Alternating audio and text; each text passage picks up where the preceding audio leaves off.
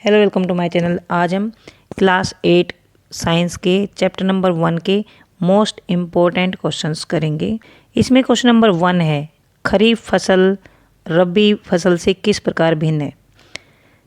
Answer है खरीफ फसल वे फसलें जिन्हें वर्षा ऋतु में बोया जाता है। जब बारिश होती है तब इन फसलों को बोया जाता है, इन्हें खरीफ फसलें कहते हैं। भारत में वर्षा ऋतु सामान्यतः जून से सितंबर तक होती है। ये फसलें कौन सी हैं जिनको पानी की ज़्यादा ज़रूरत होती है, वर्षा ऋतु में बोई जाती हैं क्योंकि इनको पानी की ज़्यादा आवश्यकता होती है। जैसे धान, सोयाबीन, मक्का, कपास, मूंगफली, ये आप याद रखेंगे, वर्षा ऋतु में बोई जाती हैं। रबी फसलें शीत ऋतु में उगाई जाने वाली फसलों को रबी फसलें कहते हैं। ये सर्दियों में उगाई जाती हैं। जैसे गेहूँ, मटर, चना, सरसों और जो फलीदार पौधे होते हैं वो रबी फसलें होती हैं। प्रश्न नंबर 2 है, स्पष्ट कीजिए कि उर्वरक खाद से किस प्रकार भिन्न है। उर्वरक जो फर्टिलाइजर्स होते हैं जो फैक्ट्रियों में बनते हैं, पैकेट्स में बनाते हैं, आपने देखे होंगे ज़रूर।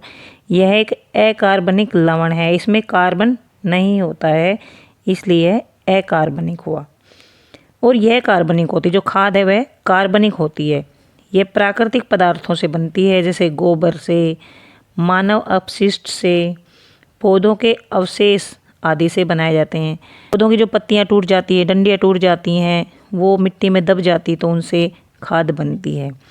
उर्वरक जो है वो इनका उत्पादन फैक्ट्रियों में होता है, ये फैक्ट्रियों में बनाए जाते हैं उर्वरक, और खाद खेतों में बनाई जाती है। उर्वरक में मिट्टी को ह्यूमस प्राप्त नहीं होती। ह्यूमस कैसे बनता है? गोबर से, मानव अपशिष्ट से या पौधों के अवशेषों से, इनसे ह्यूमस बनती है। उर्वरक में ह्यूमस नहीं होता है और खाद में प्रचुर मात्रा में ह्यूमस होता है, इससे मिट्टी को प्रचुर मात्रा में ह्यूमस प्राप्त होता है। उर्वरक में पादप पोषक, जो पौधों के लिए पोषक तत्व जो होते हैं वो काफ़ी मात्रा में होते हैं उर्वरक में। और इसमें खाद में जो पोषक तत्व होते हैं वो उर्वरक की बजाय कम होते हैं, लेकिन उर्वरक को ज़रूरत से ज़्यादा यूज़ किया जाता है तो मिट्टी का उपजाऊपन ख़त्म हो जाता है। और खाद में ऐसा नहीं होता है। खाद को अगर ज़्यादा यूज़ किया जाता है तो मिट्टी के उपजाऊपन पर कोई फ़र्क नहीं पड़ता। उर्वरकों का ज़्यादा उपयोग नुकसानदायक होता है, खाद का ज़्यादा उपयोग नुकसानदायक नहीं होता है क्योंकि यह प्राकृतिक पदार्थ है। प्रश्न नंबर 3 है जो इम्पोर्टेंट है, सिंचाई किसे कहते हैं। जल संरक्षित करने वाली सिंचाई की 2 विधियों का वर्णन कीजिए। सिंचाई मीन्स पौधों को पानी देना। जल संरक्षित करने वाली सिंचाई की 2 विधियों का वर्णन कीजिए। जब फसलों को पानी दिया जाता है तो कई तरीके हैं जिनसे सिंचाई की जाती है, लेकिन उसमें कुछ तरीके ऐसे हैं जिनमें जल की काफ़ी ज़्यादा वेस्टेज होती है, लेकिन कुछ ऐसे तरीके हैं जिनमें जल ज़्यादा वेस्ट नहीं होता है। तो इसकी 2 विधियाँ लिखनी है। जीवित रहने के लिए पौधों को जल की आवश्यकता होती है, पौधों में पानी दिया जाता है। पौधों में लगभग 90% जल होता है। फसल की स्वस्थ वृद्धि के लिए मिट्टी की नमी को बनाए रखने की आवश्यकता होती है। मिट्टी है वो सूखनी नहीं चाहिए, उसमें नमी रहनी चाहिए अगर फसल स्वस्थ चाहिए तो। इसके लिए विभिन्न अंतराल पर, मतलब समय समय पर, यह नहीं लगातार पानी देते रहो, कुछ टाइम के बाद पौधों में, खेत में जल देना पड़ता है, इसे सिंचाई कहते हैं। जल संरक्षित करने वाली सिंचाई की 2 विधियाँ निम्नलिखित हैं। नंबर 1 है छिड़काव तंत्र।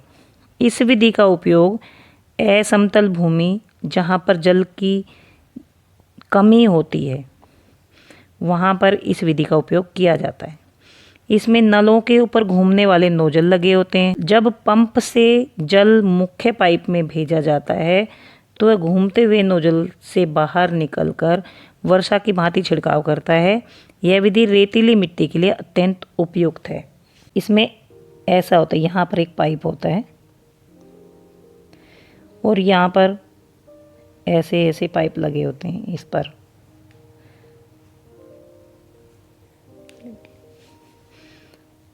यहाँ पर छोटे छोटे थोड़े से छोटे पाइप होते हैं और ये पानी मेन जगह, जैसे मान लो यहाँ पर मेन जगह, यहाँ से इनमें छोड़ा जाता है, यहाँ पर इनसे यहाँ ऊपर चढ़ा जाता है, यहाँ पर पानी यहाँ से ऊपर चलता है, यहाँ पर ऊपर यहाँ पर चढ़ जाता है। और यहाँ पर नोजल लगे होते हैं, यहाँ पर, यहाँ से पानी इस तरह से छिड़का जाता है, जैसे फवारे होते हैं उस टाइप से, ऐसे ये ऐसे घूमते रहते हैं। ये जो है ये ऐसे चारों दिशाओं में घूमते रहते हैं, इस टाइप से पानी का छिड़काव होता है। ये उस एरिया में इस छिड़काव तंत्र का यूज होता है जहाँ पर रेत ज़्यादा होता है और पानी की वेस्टेज ज़्यादा नहीं होनी चाहिए। बहुत रेतीली मिट्टी को बहुत ज़्यादा पानी की आवश्यकता होती है, लेकिन इससे क्या है, जो ऊपरी सतह होती है उसमें पानी अच्छे से दिया जाता है, पानी की वेस्टेज नहीं होती है। अब है ड्रिप तंत्र। इसमें जल बूंद बूंद करके पौधों पर गिरता है और व्यर्थ नहीं होता है। ये कम पानी वाले क्षेत्रों के लिए एक वरदान है। यह विधि फलीदार जो पौधे होते हैं वो और बगीचों को पानी देने का सर्वोत्तम तरीका है। इसमें भी क्या पाइप होते हैं और उसमें बहुत सारे पाइप इस टाइप से लगे होते हैं। और जो पौधे होते हैं उनकी जड़ों में सीधा ही, और इनमें छिद्र होते हैं, ऐसे छेद होते हैं इनमें, और जो पौधे होते हैं उनकी जड़ों में डायरेक्ट ही पानी दिया जाता है। इसे ड्रिप तंत्र कहते हैं। ड्रिप मीन्स बूंद बूंद करके छिड़काव, तो फवारा था जो फवारे से छिड़काव करते हैं। ड्रिप मीन्स बूंद बूंद करके पानी जाता है, तो इसमें बूंद बूंद करके पौधों को पानी दिया जाता है। यह विधि वहाँ पर काम में लाई जाती है जहाँ पर पानी की कमी होती है, ताकि पानी वेस्ट ना हो। लास्ट है खरपतवार क्या है। खेत में फसल के साथ कई अवांछित पौधे उग जाते हैं। जैसे मान लो हमने पौधे उगा रखे हैं, उनके साथ घास, बथुआ वगैरह ये उग जाते हैं, जिन पौधों को हम नहीं चाहते। अवांछित मीन्स जिनको नहीं चाहते। इन पौधों को खरपतवार कहते हैं। इनको हटाना आवश्यक तो होता है, अन्यथा ये फसल की वृद्धि पर प्रभाव डालते हैं और पशुओं एवं मनुष्य के लिए विषैले हो सकते हैं। इनको हटाना इसलिए आवश्यक है क्योंकि मान लो ये पौधे जो हमने उगाए हैं, इनके साथ ये ऐसे पौधे खरपतवार उग जाते हैं, तो जो हम पोषक तत्व इन पौधों को देंगे वो ये ले जाते हैं ज़मीन से, और इन पौधों की वृद्धि रुक जाती है जिनको हमने उगाया है। इसलिए इनको हटाना ज़रूरी है। मान लो कई बार इस पौधों को अगर मान लो हम काटते हैं तो इसके साथ ये पौधे भी आ जाते हैं और ये विषैले भी हो सकते हैं, इसलिए इनको उखाड़ना ज़रूरी होता है। तो समय समय पर इनको हाथों से उखाड़ दिया जाता है, या फिर इनके लिए दवाइयाँ खरपतवारनाशी भी आते हैं, उनसे उनका छिड़काव किया जाता है और उनको नष्ट कर दिया जाता है। तो यहाँ तक हमने 4 question, most important question discuss किए हैं। एग्ज़ाम में इनमें से 1 या 2 जरूर आते हैं, इनको आप अच्छे से याद करें। को वीडियो पसंद आए तो चैनल सब्सक्राइब करें, वीडियो को दोस्तों को शेयर करें और लाइक करें। Thanks for watching.